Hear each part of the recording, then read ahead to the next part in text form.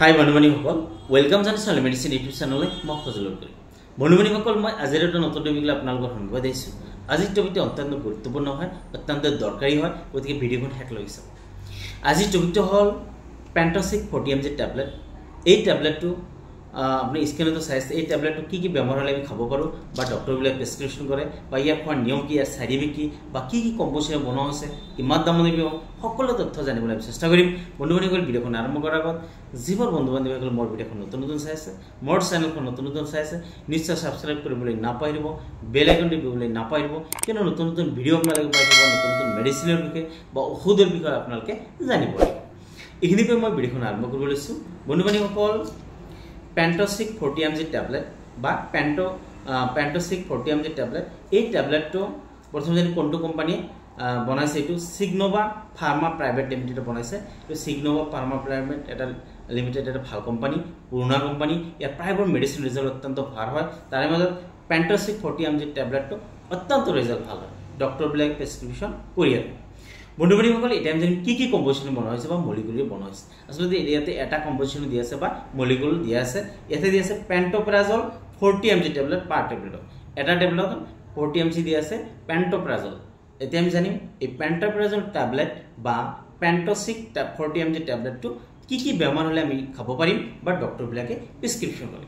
বন্ধু-বান্ধৱীসকল এই টেবলেটটো বিশেষকৈ যিবোৰ মানুহৰ অত্যন্ত গেছ হৈ আছে, অত্যন্ত গেছৰ সমস্যাত ভুগি আছে, কিবা এটা খোৱাৰ লগে লগে পেটটো ফুলি যাই আছে বা কিবা নোখোৱাকৈও পেটটো ফুলি যাই আছে, গেছ অনুভৱ হৈছে, বমি ভাৱ হৈছে, পেটখন ফুলি গৈছে, খাবলৈ মন যোৱা নাই বা খোৱাৰ ইচ্ছা যোৱা নাই, অত্যন্ত গেছ হোৱাৰ ফলত বমি ভাৱ হৈ আছে বা কিছুমান মানুহৰ অত্যন্ত গেছ হোৱাৰ ডিচেণ্ট্ৰি হৈ যায় বা কেতিয়াবা কনষ্টিপেশ্যনৰ প্ৰব্লেম দেখা যায় বা এনেকৈ গেছ হওঁতে লাহে আলচাৰত পৰিণত হৈ যায় বা আলচাৰ হৈ যায়, অৰ্থাৎ পেটৰ ভিতৰত ঘাঁ হৈ যায়। ঘাঁ হোৱাৰ পিছত মানুহে খাব নোৱাৰা হৈ যায়, খাব নোৱাৰে বা খোৱাৰ ইচ্ছা নাযায়, লাহে লাহে মানুহজনৰ ওজনটো কমি যায় বা ওজনটো কমি আহে বা ক্ষীণাই যায় বা লাহে লাহে তেওঁৰ মানুহজনৰ অৱস্থা অত্যন্ত বেয়া হৈ যায়। সেইবোৰ মানুহৰ ক্ষেত্ৰত এই পেণ্ট'চিক 40 mg টেবলেটটো ডক্টৰবিলাকে প্ৰেছক্ৰিপশ্যন কৰে বা খাবলৈ দিয়ে। অৰ্থাৎ যিকোনো ধৰণৰ গেছৰ সমস্যাৰ ক্ষেত্ৰত ডক্টৰবিলাকে এই পেণ্ট'চিক 40 mg টেবলেটটো খাবলৈ দিয়ে বা খাবলৈ আপুনি পাৰিব।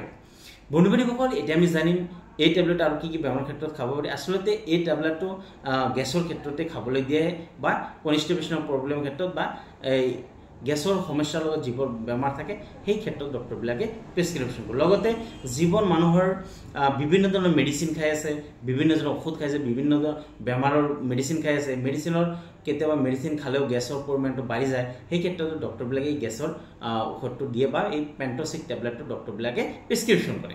বন্ধু-বান্ধৱীসকল কেতিয়াবা দেখা যায় বিভিন্ন ধৰণৰ অস্ত্ৰোপচাৰ কৰা হয়, অস্ত্ৰোপচাৰ কৰাত বিভিন্ন ধৰণৰ ঔষধ খাবলৈ দিয়ে, সেই সময়তো এই পেণ্ট'চিক 40 টেবলেটটো ডক্টৰবিলাকে প্ৰেছক্ৰিপশ্যন কৰে বা খাবলৈ দিয়ে বা আপুনি খাব পাৰে। বন্ধু-বান্ধৱীসকল বিশেষকৈ এই টেবলেটটো যিবোৰ মানুহ বাহিৰত খোৱা বোৱা কৰে, যেনে হোটেলত খোৱা বোৱা কৰে বা বিভিন্ন ধৰণৰ তেলজাতীয় বস্তু খায় বা বিশেষকৈ দেখা যায় ড্ৰাইভাৰ মানুহবিলাকে ঘৰত খোৱা কমেই খায়, বাহিৰত খায়, হোটেলত খায়, বিভিন্ন ধৰণৰ মছলাজাতীয় বস্তু খায়, তেলজাতীয় বস্তু খায়, সেইবোৰ মানুহৰ ক্ষেত্ৰত অত্যন্ত গেছৰ পৰিমাণটো বেছি দেখা যায়। সেই ক্ষেত্ৰত বাহিৰত খোৱা বোৱা মানুহৰ ক্ষেত্ৰত এই টেবলেটটো অত্যন্ত দৰকাৰী বা প্ৰয়োজনীয় বা এই টেবলেটটো আপুনি খাব পাৰে। এই টেবলেটটো যদি আপুনি খায় তেনেহ'লে যি গেছৰ যি সমস্যা বা গেছৰ সমস্যা যি ভুগি আছে, বিভিন্ন ধৰণৰ ঔষধ খাই আছে, সমস্যা তথাপি ভাল হোৱা নাই, সেই ক্ষেত্ৰত আপুনি পেণ্ট'চিক 40 টেবলেটটো খাব পাৰে বা ইয়াৰ ৰিজাল্ট অত্যন্ত ভাল হয় বা ইয়াৰ ৰিজাল্ট অতি সোনকালে আপুনি পাই যাব। এই টেবলেটটো খোৱাৰ লগে লগে আপোনাৰ এই যে গেছৰ পৰা যিবোৰ বেমাৰ হৈ আছে সকলো বেমাৰৰ পৰা আপুনি ভাল পাই যাব বা লাহে লাহে কম হৈ আহিব। বন্ধু-বান্ধৱীসকল এতিয়া আমি জানিম পেণ্ট'চিক 40 টেবলেট আমি কেনেদৰে খাম বা ইয়াক খোৱাৰ নিয়ম কি। এই টেবলেটটো বিশেষকৈ এডাল্ট মানুহৰ ক্ষেত্ৰত, ডাঙৰ মানুহৰ ক্ষেত্ৰত, সৰু ল'ৰা ছোৱালীৰ ক্ষেত্ৰত নহয়। এই টেবলেটটো প্ৰেগনেঞ্চি মানুহে খাব পাৰে বা এনে নৰ্মেল মানুহক খাব পাৰে। যিকোনো ধৰণৰ মানুহ খোৱাৰ আগত এবাৰ ডক্টৰৰ পৰামৰ্শ নিশ্চয় ল'ব, ডক্টৰৰ পৰামৰ্শ লৈ তাৰপিছত আপোনালোকে খাব। বন্ধু-বান্ধৱীসকল এতিয়া আমি জানিম এই টেবলেট আমি কেনেদৰে খাম। এই টেবলেটে ডেইলি খালী পেটত, অৰ্থাৎ ৰাতিপুৱা মৰ্ণিং খালী পেটত এটাকে ডেইলি খাব লাগে, অৰ্থাৎ ডেইলি এটাকে খাব লাগে। ৰাতিপুৱা খালী পেটত খালে বেছি ভাল, খালী পেটত কামটো বেছি কৰে।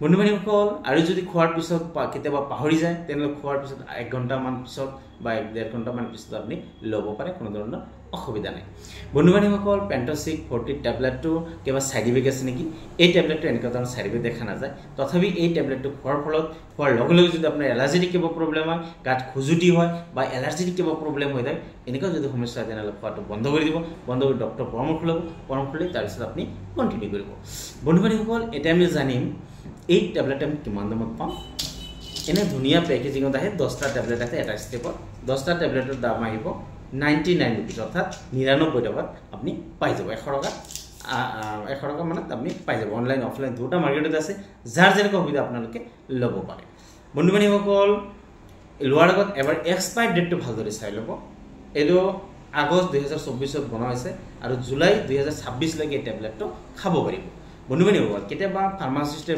ভুলতে হওক বা আপোনাৰ ভুলতে হওক এক্সপায়াৰ হৈ যায় মেডিচিন খোৱাৰ ফলত বিভিন্ন ধৰণৰ সমস্যা দেখা যায় বা সাইড ইফেক্ট দেখা যায় গতিকে যিকোনো ধৰণৰ মেডিচিন লোৱাৰ আগত এক্সপায়াৰ ডেটটো ভালদৰে চাই ল'ব লৈ তাৰপিছত আপোনালোকে খাব বন্ধু বান্ধৱীসকল আজি আমি পেণ্টচিক 40 টেবলেটৰ বিষয়ে আমি ৰিভিউ কৰিলোঁ ইয়াৰ বিষয়ে আমি জানিলোঁ ইয়াৰ বিষয়ে যদি কিবা জানিবলগীয়া আছে নিশ্চয় আপোনালোকে কমেণ্ট বক্সত কমেণ্টছ কৰিব লাইক আৰু ছাবস্ক্ৰাইব কৰিবলৈ নাপাহৰিব লগতে এই টেবলেটটো খাই যদি আপুনি ভাল পাইছে উপকাৰ পাইছে নিশ্চয় শ্বেয়াৰ কৰিবলৈ নাপাহৰিব এইখিনি মই আজিৰ ভিডিঅ'খন শেষ কৰিছোঁ থেংক ইউ ধন্যবাদ